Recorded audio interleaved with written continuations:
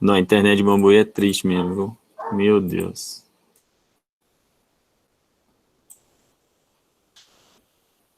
Ó, o Arthur caiu aí. Alguém perguntou aí se as mensagens ficam gravadas. Não fica não, viu, gente? Pode ficar tranquilo. Só o vídeo mesmo.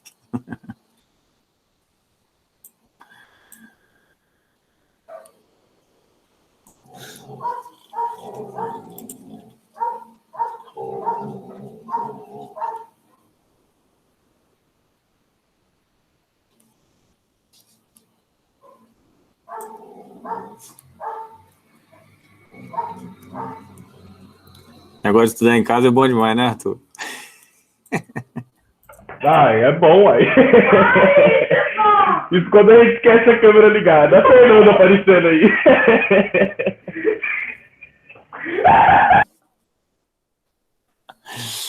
Moçada, vamos lá.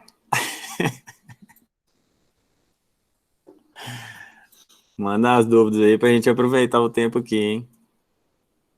Nós temos aí pelo menos mais 1 hora aí pra gente caminhar aí nos conteúdos.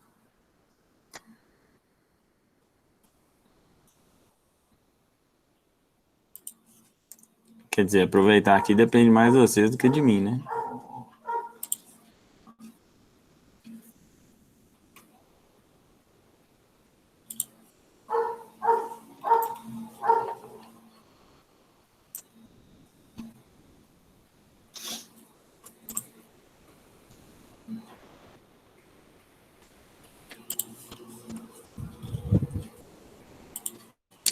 Ninguém vai ter dúvida, não? Vocês estão liberados, não precisa ficar aí, não, porque vocês devem ter coisa para fazer, eu também tenho. Se ninguém mandar dúvida, moçada, tá liberado todo mundo, viu? A ideia desses encontros aqui não é a gente ter aula de novo, não, é tirar a dúvida mesmo. As aulas que vão ser gravadas e eu vou subir elas. Então, Dionísio, diga. na aula passada, a gente teve aquela dúvida sobre poder calcular a quantidade de injeção de matéria seca. Eu entendi bem, mas eu queria, tipo assim, saber, por exemplo, eu sei que 1,2% vai ser o que eu tenho que dar de matéria seca, né? Mas, tipo assim, em relação ao total, tipo assim, de ração, como que eu vou saber o tanto que eu tenho que dar de alimento para aquele rebanho ou para aquele animal? Tá, boa pergunta, Arthur. O seguinte, na verdade, aquele 1,2% lá que a gente comentou era 1,2% de FDN, né? E não de matéria seca. Lembra disso. Deixa eu abrir uma folha branca aqui para a gente fazer uns rabiscos aqui. Peraí.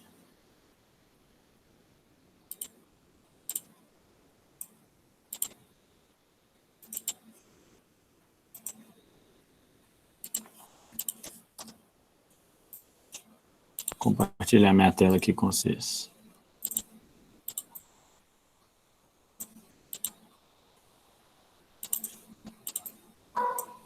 Vinícius, Oi. você conseguiu escutar a minha pergunta? Porque minha internet caiu. Consegui. Valeu. Vocês estão vendo minha tela aí? Sim. Beleza. Então vamos lá. A gente comentou. Primeira coisa, vamos relembrar aqui do que vai depender esse consumo de matéria seca. Vamos pensar aqui em matéria seca total, tá, Arthur? Eu acho que é um pouco da sua dúvida. Vai depender, principalmente, de quem é a nossa vaca. Então, o mais relevante aqui, peso vivo, produção de leite. Lembra que a gente comentou que produção de leite é o fator aqui que vai demandar maior exigência nutricional. Depois eu tenho, numa escala de exigência aí, né? Primeira coisa, quando a gente fala de peso vivo, a gente está se referindo a mantença, tá? Exigência de mantença. Então, vacas menores têm menor exigência de mantença, vacas maiores têm maior exigência de mantença. Depois, produção de leite. Depois, se a gente estiver falando aí de... vamos pegar vacas, tá?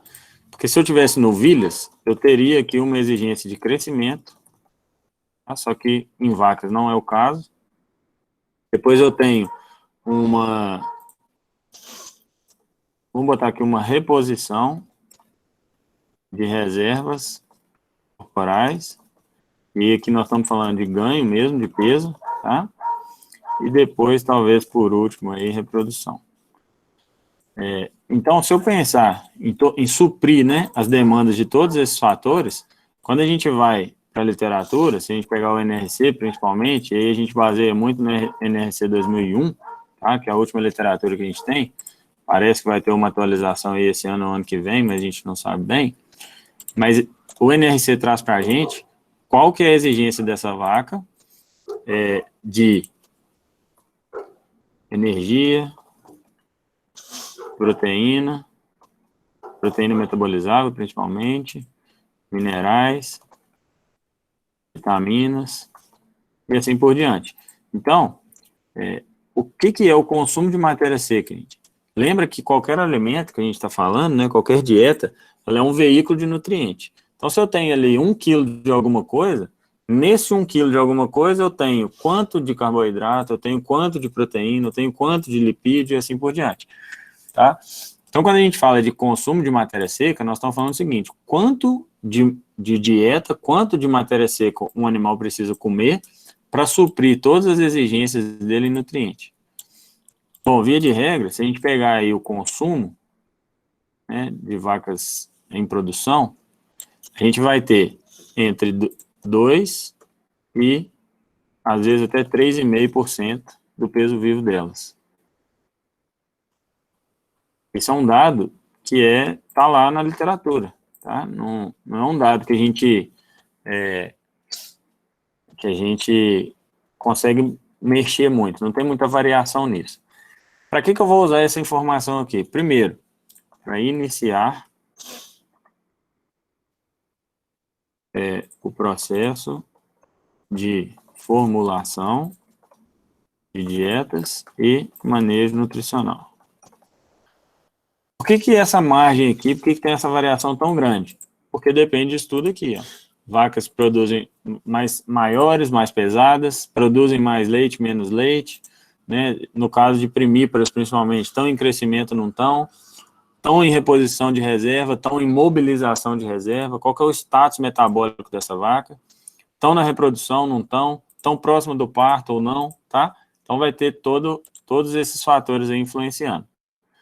Bom, uma vez que eu comecei, né, eu formulei uma dieta para aquela vaca que eu tenho ali de média e coloco essa dieta no campo, eu preciso fazer um negócio que poucas fazendas fazem, que é medir o consumo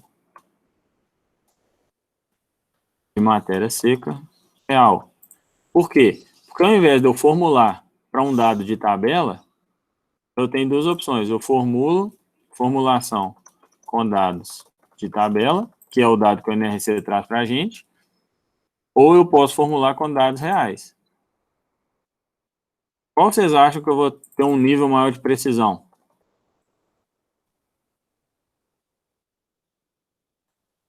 Não tenham dúvida que eu vou ter mais precisão se eu formular com dados reais, tá? Bom, beleza. Se eu estou falando para vocês que o dado médio, né, representa entre 2 e 3,5% do peso vivo, vamos pegar uma vaca aí de média produção, tá? Uma vaca de peso médio aí, não é um bicho muito pesado e nem muito pequena, tá? Então, uma vaca média nossa aí, vamos colocar aí que ela vai comer em torno de 2,5% do peso vivo dela. Então, vamos botar aqui um consumo de matéria seca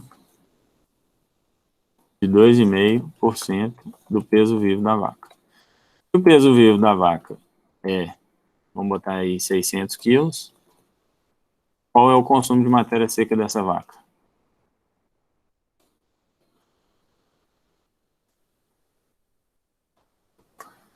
Moçada, de quem está aqui, quem não consegue fazer essa conta, quem tem dificuldade de fazer essa conta ainda, manda um eu aí para mim, ou então abre o microfone e fala aí, por favor.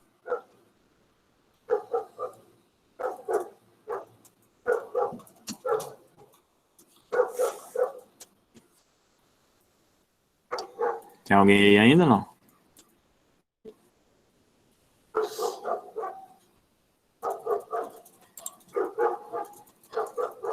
Sim ou não?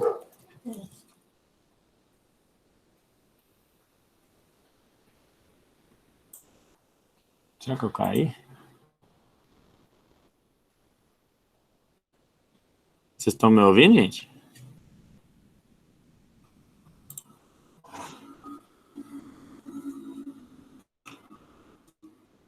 Ah, beleza, Matheus. Obrigado.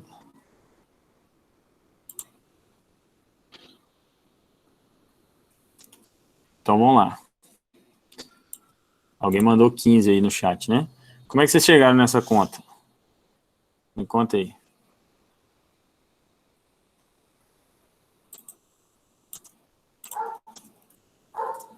É meio que os 600 quilos é o 100%, né? Então, se ela vai comer 2,5, aí é aquilo que você falou, né? Sempre colocar quilo debaixo de quilo e porcentagem debaixo de porcentagem. É uma regra de 3 aí. Boa, Matheus. Então, se eu quero saber, né, qual que é em X quilos, isso representa 2,5%. Então, todo mundo chegou nesse X aí de 15 quilos? Gente, isso aqui é a regrinha mais básica, é a conta mais básica que qualquer zootecnista precisa fazer, hein? Não precisa gostar de vaca, não, nem mexer com nutrição, nem nada, não, mas esse aqui é o basicão do basicão, tá? Alguém chegou em valor diferente de 15? Então, se eu fizer aqui 600 vezes 2,5%, então, beleza, o resultado tem que ser 15, tá? Bom, então eu já sei, aí, Arthur, quanto que é o total da minha vaca, quanto que ela vai comer. Mas melhor do que eu trabalhar com esse dado aqui, que é um dado de tabela, é eu trabalhar com, lembra sempre, tá? Dado real, consumo real. Então, formulei, por exemplo, para minha vaca comer 15 quilos de matéria seca. Só que eu chego na fazenda e começo a monitorar consumo. E estou vendo que minhas vacas estão deixando o coxo limpo, por exemplo, tá? Então, às vezes, eu preciso fazer um ajuste, reformular a dieta para, por exemplo, 17. Por quê? Porque o programa me deu a informação de que ela comia 15, mas na prática eu fui lá, mensurei isso e vi que elas comem 17.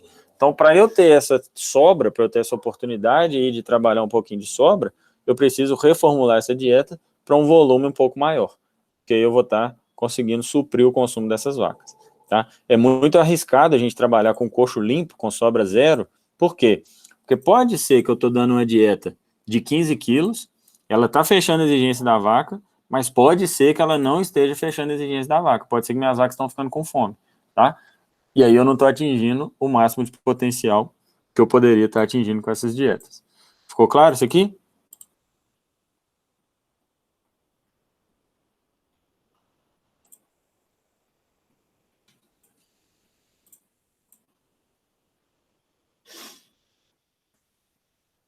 Beleza, joia. Bom, o Matheus comentou aqui, poderia falar um pouco sobre o tamanho de partícula. Podemos sim, Matheus. Qual que é a dúvida específica? Você pode me explicar melhor? Para eu poder só pegar um início aqui e a gente comenta depois? É porque quando eu estava dando uma olhada lá naquele livro, aí falava da questão da ruminação, né? Que quando tinha o maior consumo de parede celular, isso aumentava a ruminação. E aí esse tempo de ruminação ia competir com o tempo de pasteio. E aí ele também falava da questão do tamanho da partícula da fibra, que durante esse tempo de ruminação podia ser importante na determinação do consumo, né, pela questão do volume que isso ia ocupar. E aí a gente sempre vê que da questão que não pode ser partículas ou tão finas ou tão grosseiras, mas aí numa parte lá eu vi que a importância de ter partículas maiores na alimentação. Tá, legal. Bom, o que vai depender disso aí, Matheus? Principalmente, qual o tipo de volumoso que a gente está trabalhando, tá? Vou te dar um exemplo. Se eu estiver trabalhando com cana, que é um volumoso de fibra, de qualidade de fibra muito baixa, então a fibra da cana, por exemplo, ela tem muita lignina. né, a gente vai relembrar lá que toda vez que eu tenho um volumoso que tenha lignina demais, é um material estrutural, né, ela precisa ficar em pé, ela precisa se sustentar. Do ponto de vista agronômico, isso é bom para a planta, mas do ponto de vista nutricional, isso faz ela perder qualidade. Então, toda vez que eu tenho uma planta com mais lignina, eu vou ter uma digestibilidade mais baixa, tá? E aí, nesse caso, quando a gente fornece cana, por exemplo, aos animais, eu quero picar o mínimo possível. A gente até brinca com o produtor que eu quero moer a cana mesmo, deixar ela com o tamanho de partícula menor possível. Por quê? Porque mesmo com o tamanho de partícula muito baixo, ela vai ter uma capacidade muito grande de estimular a movimentação ruminal, então ela vai estimular a ruminação, tá? E se essa partícula estiver mal picada, ela vai até causar isso que você falou, aquela situação, vamos dizer assim, de enchimento de rumen, né? Tem uma coisa que acontece que a gente chama de indigestão bioquímica simples. O que é isso? Acontece muito em vacas que estão consumindo cana. Esses animais vêm num padrão de consumo, tá, ao longo dos dias, aí chega num determinado dia a gente vê muita sobra no coxo. O que significa isso? Tem a variação de matéria seca do volumoso, mas via de regra, essa diminuição de consumo é porque o rumen encheu, e às vezes a vaca não está conseguindo jogar aquela fibra para fora, ela não está conseguindo voltar aquela fibra para ruminar, e essa partícula não está passando para frente. Consequentemente, o rumen vai enchendo.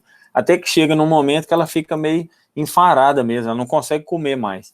É mais ou menos quando a gente come aquele pratão de feijoada lá, depois o resto do dia você não quer comer mais nada. Você está com a indigestão ali, uma indigestão simples, tá? Isso acontece muito em dieta de cana, quando o tamanho de partícula não está bem pequenininho, bem cortado. Então, por isso estou te falando, vai depender muito. Se eu trabalhar, por exemplo, com uma silagem muito bem picada, e aí, normalmente, né, uma silagem de milho de qualidade, para animais, principalmente de mais alta produção, quando vem uma inclusão de concentrado na dieta, além dessa silagem muito bem picadinha, eu corro o risco de perder um pouco desse potencial de ruminação, e aí eu começo a submeter esses animais a um risco de acidose, começo a submeter esses animais a um risco clínico maior, tá? E aí é por isso que quando a gente tem essas dietas com alta inclusão de concentrado, silagem muito bem picada, principalmente quando ela é feita com automotriz, a inclusão de feno ou de uma silagem pré-secada. Qual que é a ideia disso? A gente colocar mais volumoso de fibra um pouco mais longa. Tá? Não pode ser longa demais, porque senão o animal seleciona. E aí ela tem que ser longa o suficiente para fazer o quê? Para estimular a ruminação. Então, quando a gente pensa em fibra, né, para o ruminante, a gente está pensando em duas coisas. Primeiro, não limitar consumo. Então, eu tenho um máximo que eu posso colocar de FDN na dieta, e é por isso que surgiram aquelas recomendações lá que a gente comentou na aula passada, né, de no máximo 1,2, 1,3% do peso vivo, embora em vacas de leite, por exemplo, dificilmente a gente vai conseguir chegar nesse valor, tá? Os animais tendem a consumir um pouco menos de forragem. Então, o máximo de forragem a gente está visando não ter esse quadro de limitação de consumo. Tá? Quando eu coloco fibra demais na dieta, eu começo a limitar o consumo dos animais pelo espaço. E quando a gente fala de mínimo de fibra, a gente está falando sempre de saúde de rumen. Então, quando eu penso em fibra, né, eu estou pensando em FDN da dieta, tá? Carboidratos fibrosos. Existe um máximo para garantir que esses animais vão consumir o tanto que precisa, e existe um mínimo para garantir movimentação de rumen. Então, toda vez que a gente ultrapassa esses dois, a gente acaba perdendo um pouco dessa questão, tanto de saúde quanto de consumo. E aí você me fala, mas eu consigo, por exemplo, colocar a fibra mais longa. Na maioria das vezes, essa fibra mais longa vai vir de feno ou vai vir de silagem pré-secada, tá? E toda vez que eu trabalhar com fibras de pior qualidade, tipo dieta com cana-de-açúcar, por exemplo, a gente vai acabar tentando moer ou diminuir o tamanho de partícula o máximo possível. Então, isso é muito variável.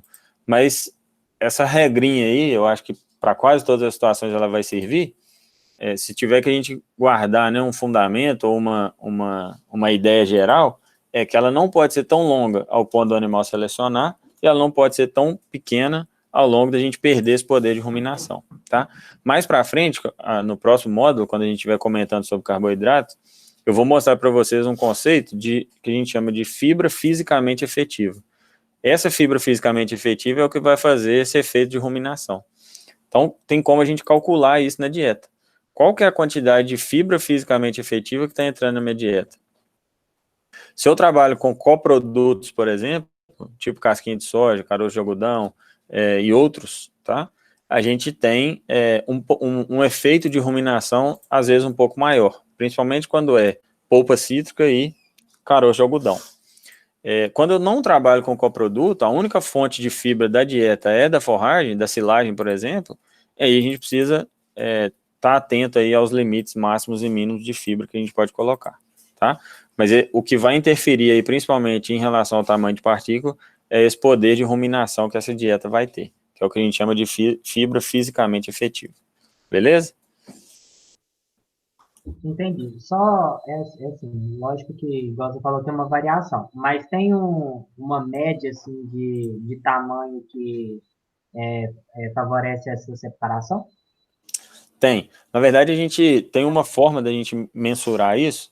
Eu vou ver se eu consigo achar um vídeo explicativo disso aí para vocês. Se eu não conseguir achar, eu mesmo gravo um para vocês.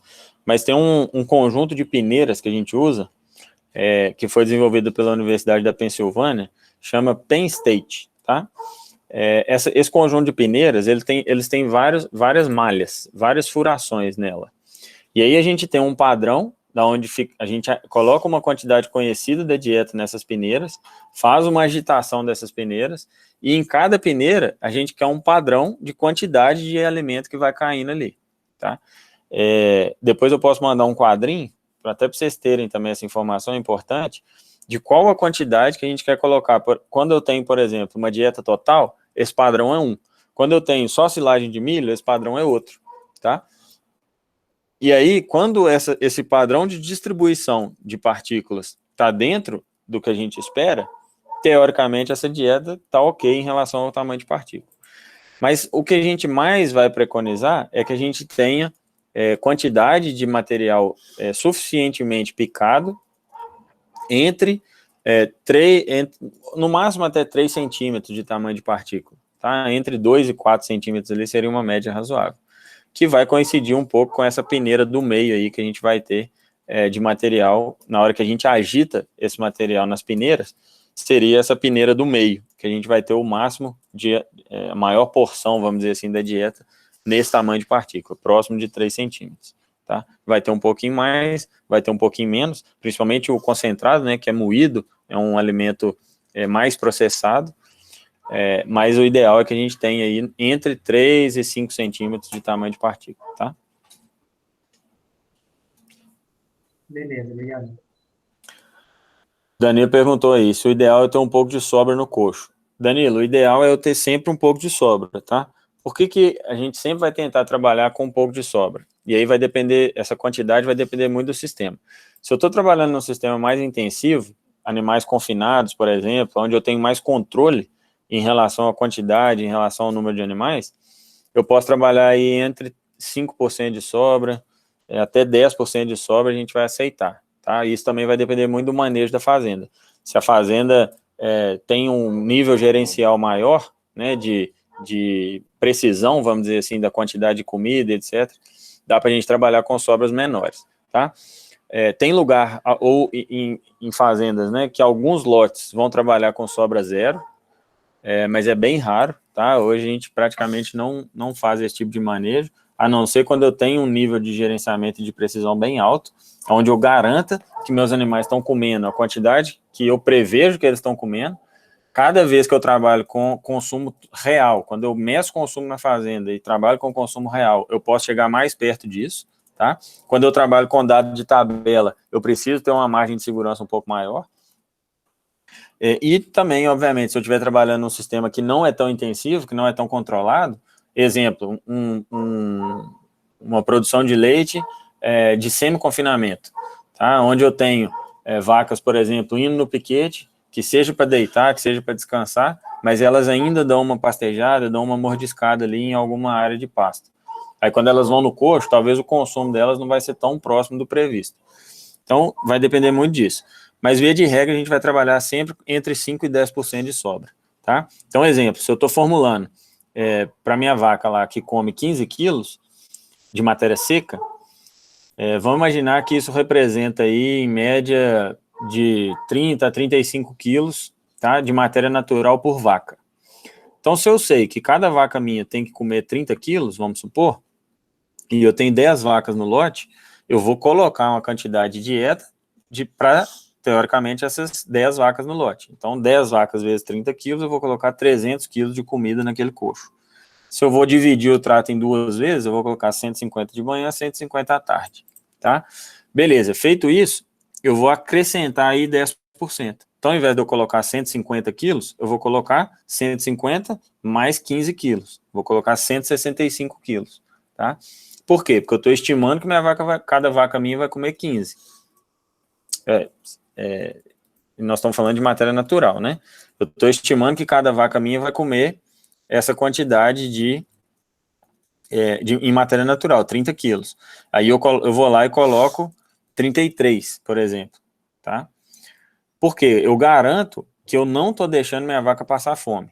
Toda vez que eu trabalho com coxo limpo, sobra zero, e de alguma forma essa vaca não comeu o tanto que ela precisava, eu nunca vou saber.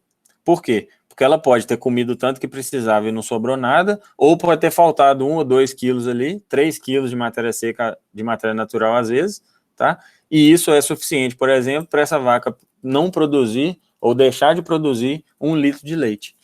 Por que às vezes a gente não pega essa variação?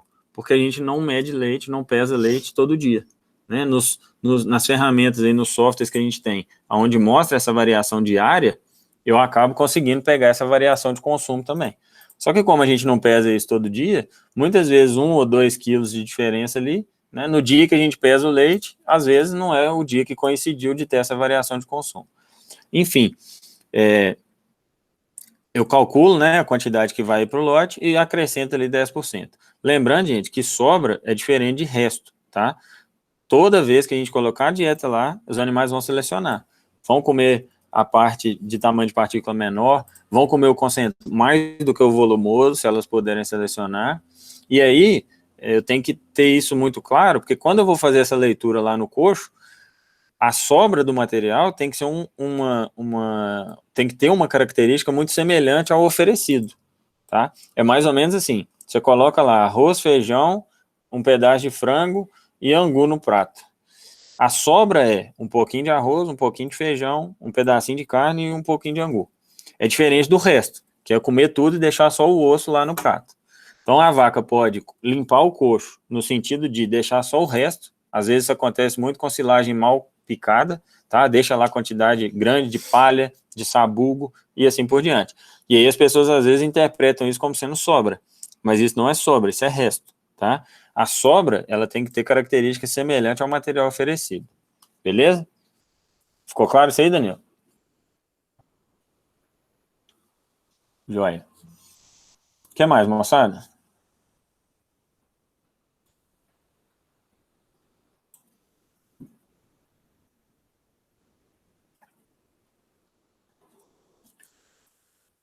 Bom, no próximo módulo aí, né, semana que vem, a gente vai entrar na parte de carboidrato, tá? Uma das aulas já está mais ou menos pronta, a outra falta só gravar para subir aqui.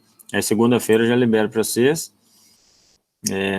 Já vai ter uma primeira atividade de avaliação lá na plataforma, tem o fórum lá para poder tirar dúvida, para poder participar, tá? E caso tenham mais alguma dúvida ou mais alguma coisa, mandem lá no grupo, lá no Telegram, para a gente poder ir trocando ideia.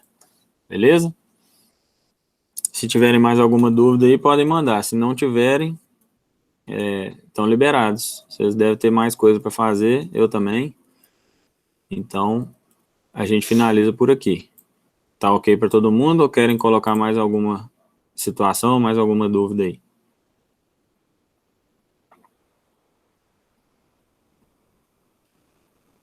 Então, beleza, moçada. Obrigado aí, a gente ter conseguido remarcar aqui para hoje. E desculpa aí a gente não ter conseguido fazer na data certinha, né, que a gente tinha marcado. Mas a gente vai se ajustando aí. Beleza? Joia. Obrigado a todo mundo. Nós vamos falando então. Até mais.